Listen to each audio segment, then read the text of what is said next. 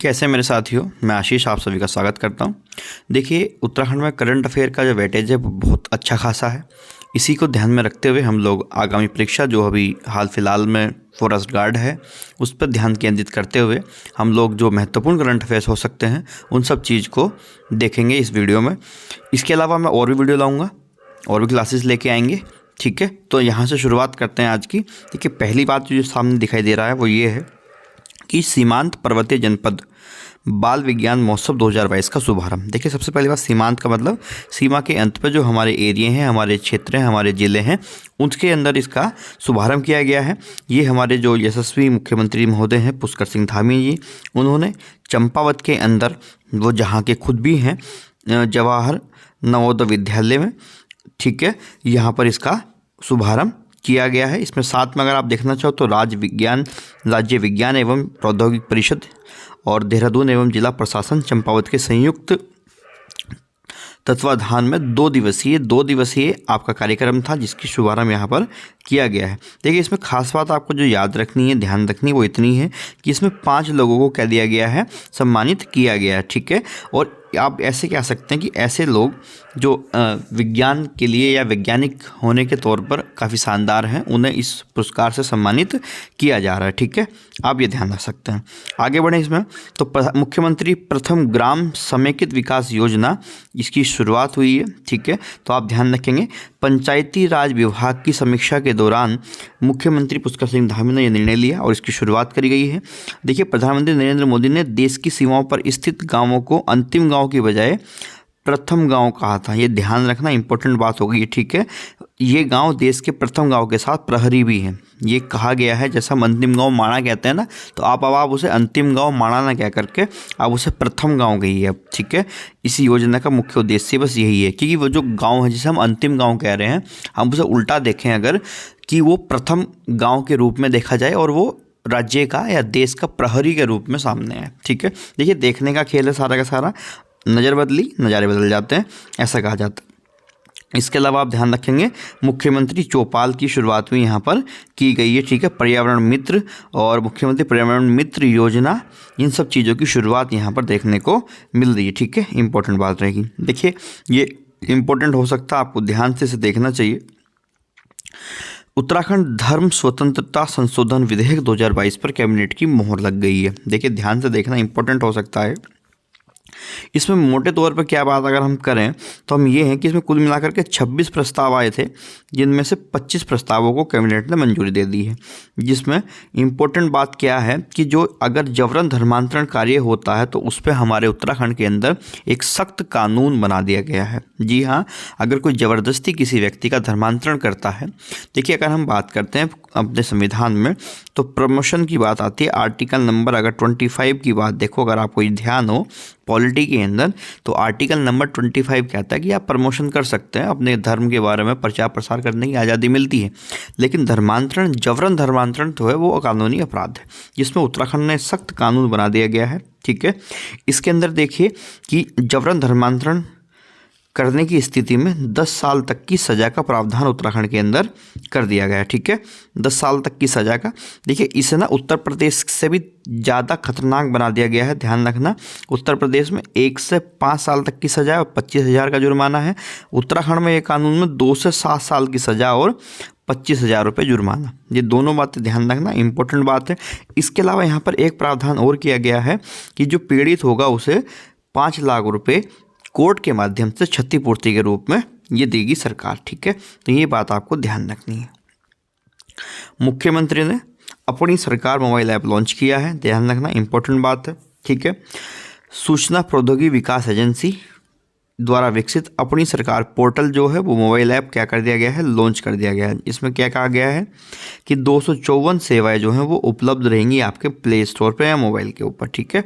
ये ध्यान रखेंगे, इंपॉर्टेंट बात है। ये महत्वपूर्ण हो सकता है कि कुमाऊं की 2 नर्सों को क्या मिला है, राष्ट्रीय फ्लोरेंस नाइटिंगेल अवार्ड से सम्मानित किया गया है, ठीक है।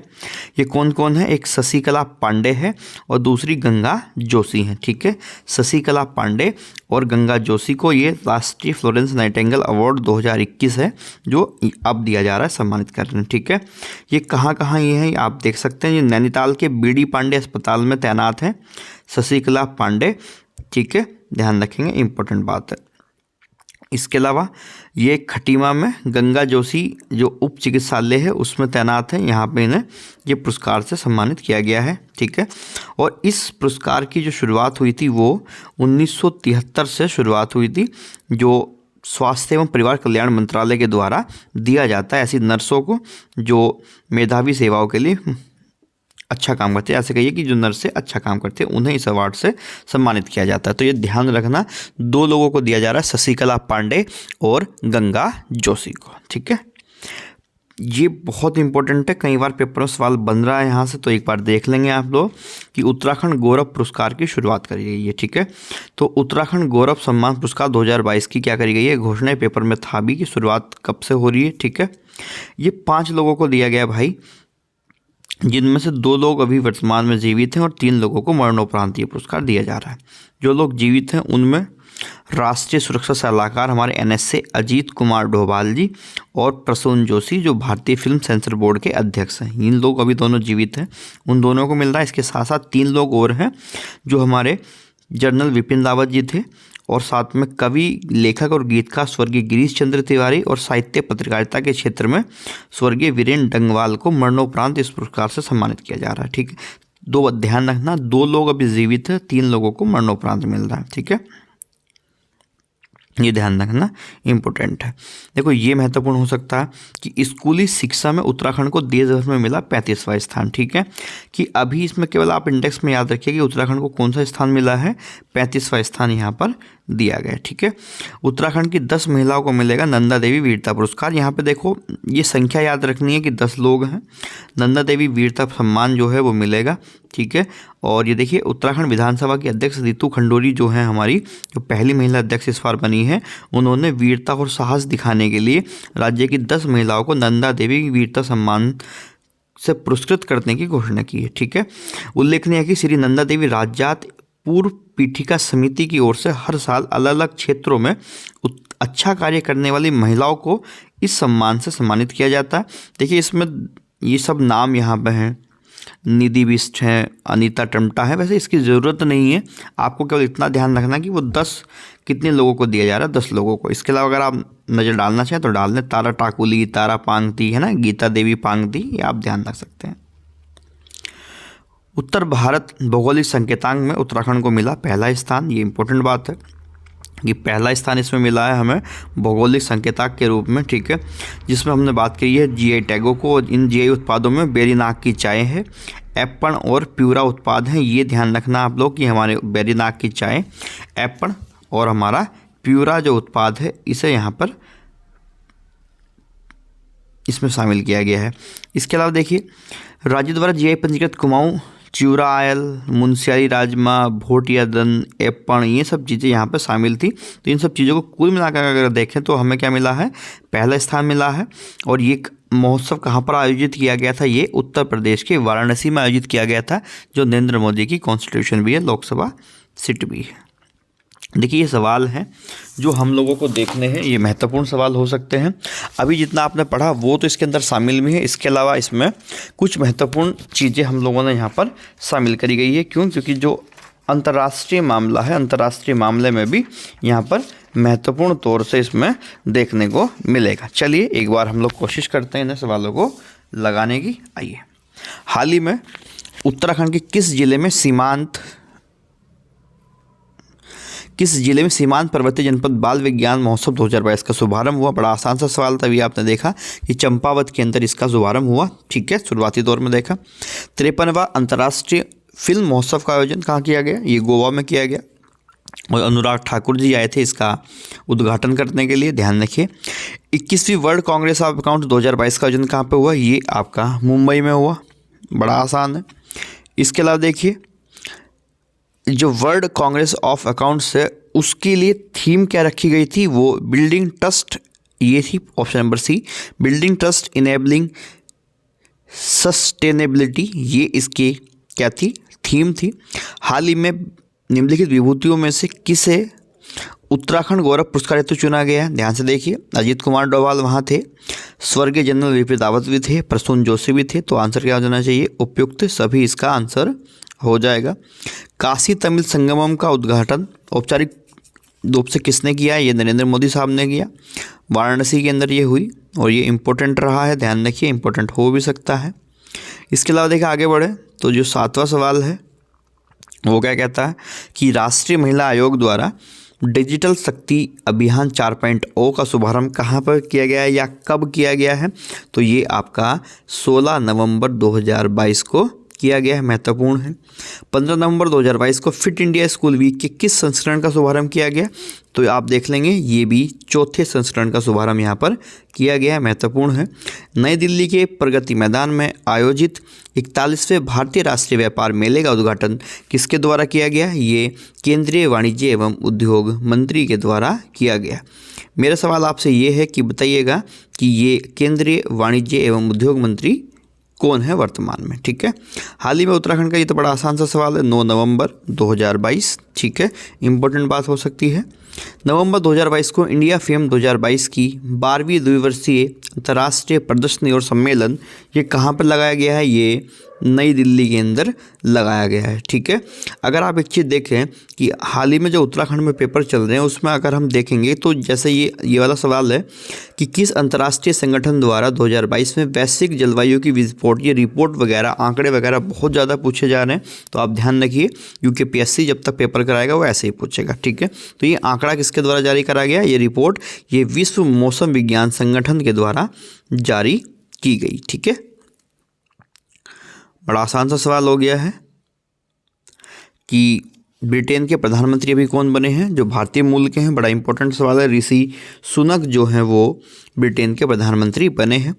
11 नवंबर 2022 को प्रधानमंत्री नरेंद्र मोदी ने कहाँ पर स्टैचू ऑफ प्रॉस्पेरिटी का अनावरण किया है? देखिए बहुत सारे स्टैचू बनाए गए हैं उत्तराखंड में नहीं, भारत की बात करें उसके लिए अलग से एक वीडियो हम लोगों ने अपलोड करी है चैनल पे, उसका लिंक मैं डिस्क्रिप्शन में डाल दूंगा, आप वहाँ से ज़रूर देख लेंगे। ठीक है, तो बेंगलोर के अंदर इसका अनावरण किया गया है। आपने सवाल देखा था कि अपनी सरकार जो मोबाइल ऐप है किसके द्वारा विकसित किया गया है? बड़ा आसान सा सवाल, अगर आपने स्टार्टिंग से वीडियो देखी है, जिसने नहीं देखी वो स्टार्टिंग से देखना। सूचना प्रौद्योगिकी विकास एजेंसी के द्वारा इसे विकसित किया गया है और ये उत्तराखंड सरकार ने यहाँ पर लागू किया है। बेंगलुरु में स्थित स्टैचू ऑफ प्रॉस्पेरिटी किसकी स्मृति में बनाया गया? अभी जो सवाल था कि कहाँ बनाया गया, वो बेंगलोर में। किसकी स्मृति में बनाया गया? ये नाथ प्रभु केम्पेगौड़ा, इनकी स्मृति में बनाया गया है।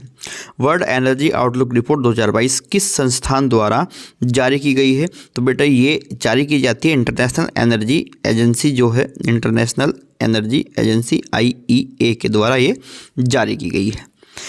प्रधानमंत्री नरेंद्र मोदी ने कब G20 2023 के लोगो और थीम लॉन्च किया? इसके बारे में डिटेल में बात करेंगे। अभी केवल यहाँ पर देख लेते हैं कि कब लॉन्च किया है, कैसे लॉन्च किया है। तो यहाँ पर 8 नवंबर 2022 को लॉन्च किया गया है। ठीक है, नई दिल्ली के प्रगति मैदान में 41वां जो भारत राष्ट्रीय व्यापार मेला, इसके अंदर कितने लोग हिस्सा ले रहे हैं? ये 12 देश इसके अंदर हिस्सा ले रहे हैं। ठीक है, यहाँ देखिए सवाल, उत्तराखंड की किन किन महिलाओं को हाल ही में राष्ट्रीय फ्लोरेंस नाइटिंगेल अवार्ड 2021 से सम्मानित किया गया? अभी आपने सवाल देखा कि शशिकला भी हैं और गंगा जोशी में, इसका मतलब ऑप्शन नंबर C हो जाना चाहिए, A और B दोनों। ठीक है, इसका आंसर हो जाएगा A और B दोनों। G20 ये बड़ा इंपॉर्टेंट मुद्दा चल रहा है इस समय। ठीक है, इसके लिए थीम की बात करी जा रही है, तो भारत ने इसकी थीम क्या रखी है? वसुदेव कुटुंबकम, यानी कि पूरी दुनिया, पूरी धरती क्या है? हमारा कुटुंब है।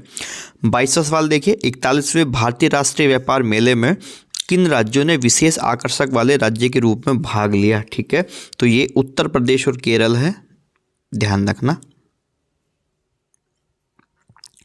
नेक्स्ट अगर हम देखें कि 10 नवंबर 2022 को भारतीय सेना द्वारा वीर नारियों के कल्याण और शिकायत निवारण के लिए किस सुविधा को शुरू किया है? ठीक है, ये निवारण एक पोर्टल है, उससे शुरू किया गया है। तो आप ध्यान से देखेंगे, इसका सही आंसर हो जाएगा वीरांगना सेवा केंद्र। ठीक है, जो हमारी वीरांगना होती हैं उनकी समस्याओं को निपटारा करने के लिए इसकी शुरुआत करी गई है। ठीक है, भारतीय अंतर्राष्ट्रीय फिल्म महोत्सव के 53वें संस्करण समारोह में किसको सत्यजीत रे लाइफ टाइम अचीवमेंट अवार्ड से सम्मानित किया गया। ध्यान रखना, इंपॉर्टेंट हो सकता है। सत्यजीत रे लाइफ टाइम अचीवमेंट अवार्ड, ये कार्लोस सोरा हैं जिन्हें ये सम्मान इस बार प्रदान किया गया, कार्लोस सोरा को। ठीक है। हाल ही में राष्ट्रीय खेल पुरस्कार 2022 हेतु उत्तराखंड के किस खिलाड़ी का चयन किया गया। इंपॉर्टेंट है, लक्ष्य सेन जो हमारे खिलाड़ी हैं उनका चयन इसके लिए किया गया, राष्ट्रीय खेल पुरस्कार 2022 हेतु। ठीक है। हाल ही में भारत और आसियान की 30 साल की साझेदारी के अवसर पर वर्ष 2022 को किस रूप में घोषित किया गया। ये महत्वपूर्ण सवाल हो सकता है, ध्यान रखना। ठीक है। तो इसे भारत आसियान मैत्री वर्ष के रूप में घोषित किया गया है, ध्यान रखना। ये भी पूछा जा सकता है कि किस वर्ष को घोषित किया गया, 2022 को घोषित किया गया, इंपॉर्टेंट है।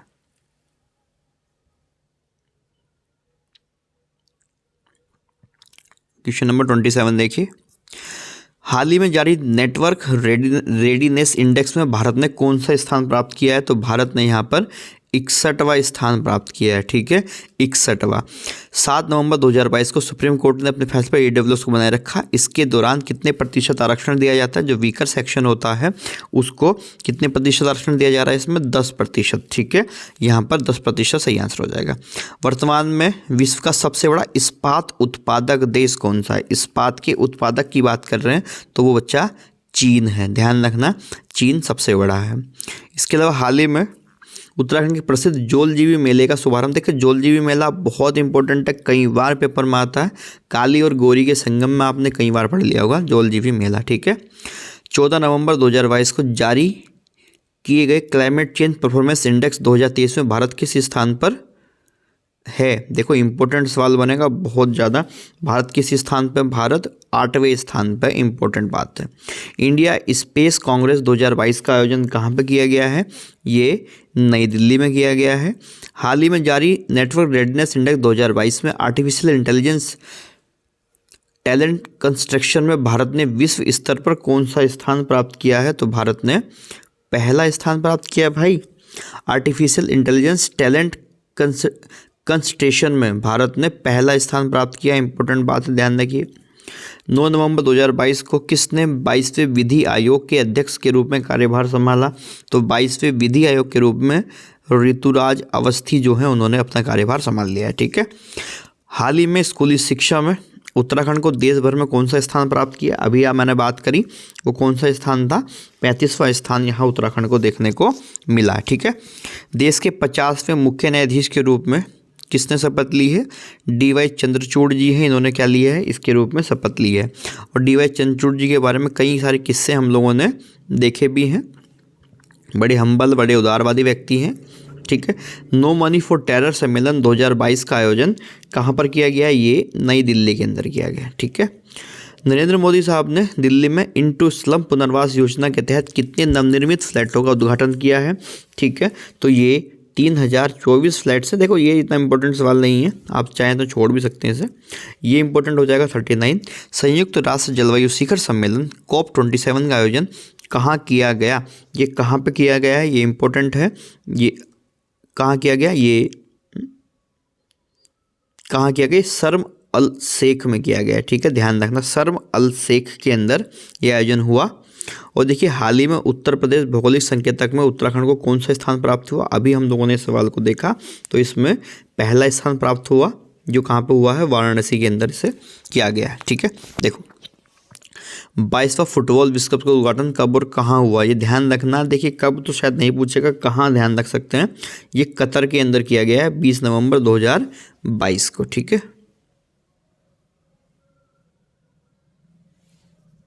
हाल ही में T20 विश्व कप 2022 प्रतियोगिता में किस देश की टीम विजेता बनी। आप सभी जानते हैं, जो क्रिकेट के शौकीन हैं उन्हें तो बहुत अच्छे से पता होगा कि इंग्लैंड जो है उसने वर्ल्ड कप को जीत लिया है। ठीक है। किस देश के अंदर हुआ, अच्छा ये पूछा जा रहा है कि किस देश के अंदर ये वर्ल्ड कप हुआ। तो ये ऑस्ट्रेलिया के अंदर हुआ है, ये भी ध्यान रखिए। जीता इंग्लैंड ने है, हुआ ऑस्ट्रेलिया में है।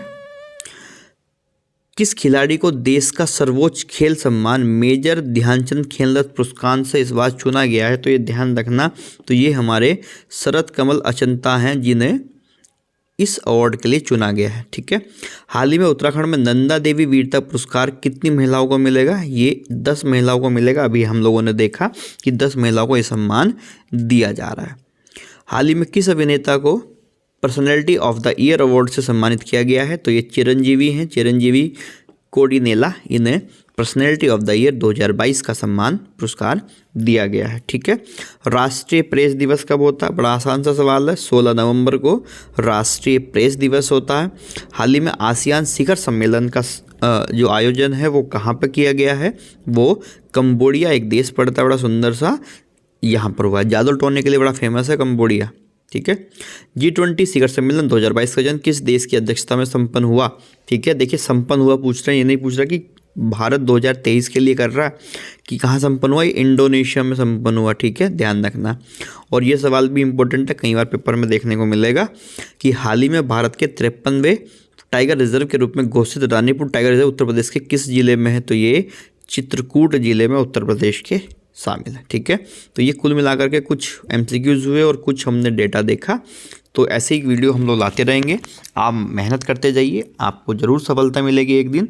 और हम जिस भी लक्ष्य स्थापित कर रहे हैं, हम सब अपने लक्ष्यों में कामयाब होंगे, ऐसी शुभकामनाएं मेरी है। चलिए मिलेंगे फिर हम लोग अपनी अगली क्लास में। तब तक के लिए पढ़ते रहिए, मेहनत करिए और अपने लक्ष्यों को प्राप्त करिए।